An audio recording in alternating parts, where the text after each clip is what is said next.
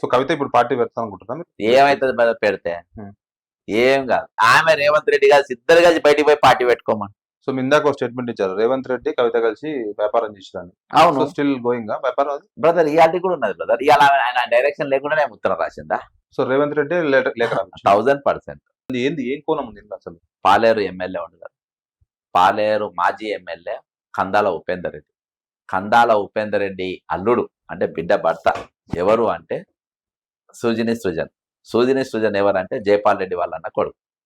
ఆయన ఎవరంటే రేవంత్ రెడ్డికి బామ్మర్ది అవుతారు.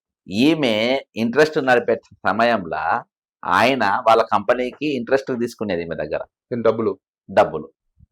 అక్కడికి వెళ్ళి వీళ్ళ సంబంధాలు వ్యాపార పరంగా చాలా ఏర్పడ్డాయి. నేను ఒక చెప్తున్నా, ఇవాళ అంచెలంచెలుగా ప్రతి దందాల కానీ ప్రతి దాంట్లో కానీ ఈరోజు వీళ్ళ పెరగడం వల్ల కారణం ఏంటంటే ప్రతి దాంట్లో రేవంత్ రెడ్డి కవిత. ఇంకోటి, కేటీఆర్ నెక్స్ట్ ముఖ్యమంత్రి అని అనుకుంటుండే, ఏమో ఛాన్స్ లేదు, నెక్స్ట్ కల్వకుంట్ల కవిత ముఖ్యమంత్రి అని రేవంత్ రెడ్డి బాజాబ్తో స్టేట్మెంట్ కూడా ఇచ్చిండు.